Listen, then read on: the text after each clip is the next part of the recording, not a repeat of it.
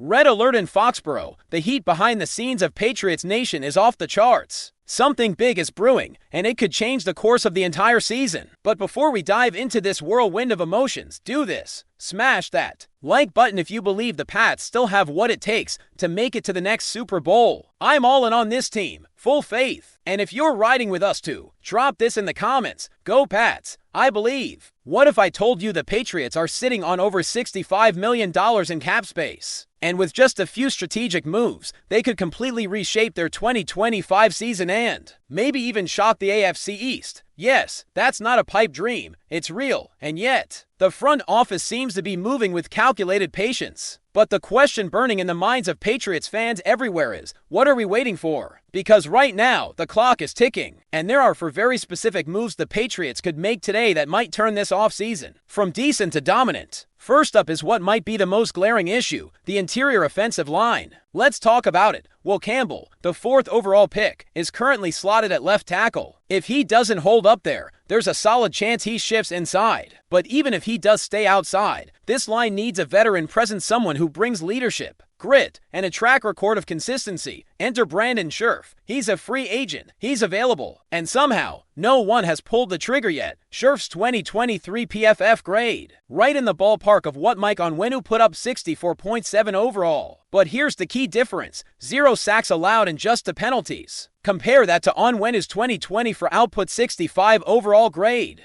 To sacks allowed and 5 penalties, and the case for Scherff becomes crystal clear. He's not just a fill-in, he's a tone setter, a veteran who, for just a projected $6 million one-year deal, could elevate the performance of those around him, including Onwenu, with Garrett Bradbury now anchoring the center and Cole Strange still in the mix. This could be the move that quietly powers the entire offensive unit forward. Protecting Drake Maye, your future at quarterback, isn't optional, it's essential. Now let's shift to the other side of the ball, the nickel cornerback spot. If you've been following the roster closely, you already know this is the soft underbelly of the secondary. Christian Gonzalez and Carlton Davis, elite duo, but in the slot, it gets murky. Marcus Jones is slated for that nickel role, but here's the problem: durability. He hasn't been able to stay on the field consistently, and in a contract year, that becomes a major gamble. Here's the solution: Asante Samuel Jr. That name ring a bell? Of course it does. His father was a Patriots legend, but Asante Jr. is carving his own path. Yes, 2024 was a down year, but rewind to 2023 and you'll find one of the most elite man coverage corners in football. Just 12 receptions allowed in man, a QB rating of 61.3 against him, and 9 pass breakups in zone, and somehow he's still unsigned. He's not coming in to challenge Gonzalez or Davis. He's not here to take over. He's here to lock down the nickel, bring in that killer man-to-man skill set, and provide the depth and flexibility the Patriots badly need in the secondary. With that $65 million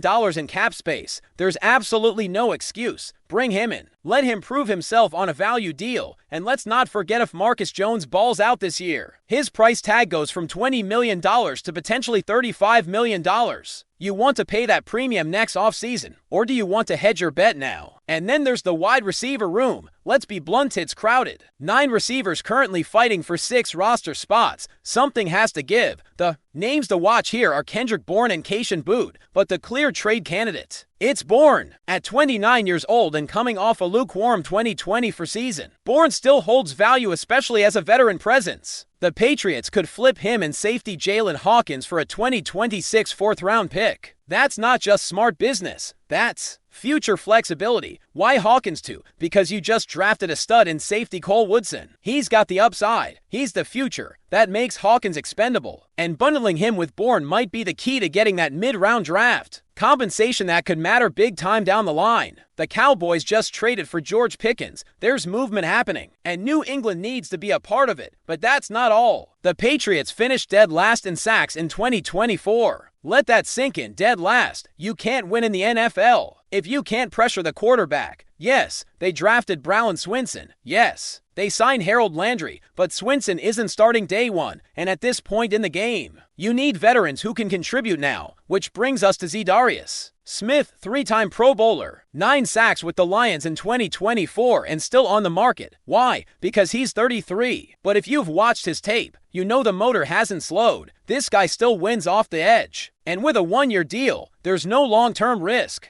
It's the perfect short-term investment for a team desperate to get after the passer. Add Judon Smith, and suddenly, the Patriots' defensive front looks a lot more dangerous, especially when paired with the young talent they've already brought in. You don't let a player with that kind of production and leadership sit on the market. When you're holding $65 million in cap space, you go get him now, so that's the blueprint. For moves, sign Brandon Scherff, add Asante Samuel Jr., trade Kendrick Bourne and Jalen Hawkins, and bring in Judon Smith. Each of them fills a current need, each of them comes with value upside, and combined, they could shift the Patriots' 2025 season from rebuilding to reloading. But the question is, will the front office pull the trigger, or will they let these opportunities fade into missed chances? Let me know what you think. Pats Nation, would you sign Asante Samuel Jr.? Would you make that trade involving Kendrick Bourne? Is Judon Smith still worth a one-year flyer? Drop your thoughts in the comments. What's the one move you want to see the Patriots make before camp opens? Let's talk about it. Because here's the truth, standing still in the NFL is the same as falling behind. And with the Bills and Dolphins both taking big swings this offseason, and the Jets desperately trying to salvage their Aaron Rodgers experiment, the AFC East isn't waiting for the Patriots to catch up. If New England wants to be more than just a rebuilding project, if they want to put Drake Maye in a position to grow, to win, to lead, then these moves aren't optional. They're essential. Let's revisit what's at stake. Drake Maye's your future. You used the No. 3 overall pick on him for a reason. And while it's tempting to think his arm talent alone will solve everything, that's just not how this league works. Young quarterbacks need protection. They need time. They need stability. Signing a guy like Brandon Scherff does more than plug a hole. It sets a tone. It says, we're protecting our guy. We're investing in him. It gives Maye one less thing to worry about. And with Will Campbell possibly needing time to adjust to the pro level, having a veteran like Scherff not only boosts production, but also gives the entire offensive line room to grow. And then you think about the defense, how it almost looked complete last season, how Christian Gonzalez was playing lights out before his injury, how the addition of Carlton Davis created a potential shutdown pairing on the outside. But that nickel spot, it's been a revolving door, and it's the spot that gets targeted more than any other in today's NFL. You can't field an elite defense without it. Asante Samuel Jr. fills that hole and brings a little extra fire. With that legacy tied to the Patriots, you don't just add talent there, you add identity. You add edge. And let's not forget, this guy allowed a 61.3 KB rating in man coverage in 2023. That's elite. And here's where it gets even more interesting. Because adding Samuel not only gives you an immediate starter, it also opens up your options. With Marcus Jones, do you extend him now, betting on his versatility and playmaking, even with his injury history? Or do you wait it out, risk a breakout year that prices him out of reach, and find yourself scrambling next offseason? It's the classic Patriots dilemma: lock in early or play the market. But with the cap space you have, why not lock him in now, even if the deal doesn't work out? It won't cripple your books. You have the flexibility. Use it. Now let's talk receivers again. You've got a logjam, 9 guys, but only 6 spots. Every training camp cut is a missed opportunity if you don't get value in return. Kendrick Bourne is the odd man out. Not because he isn't talented, but because he's 29, coming off a so-so year. And you've got young talent like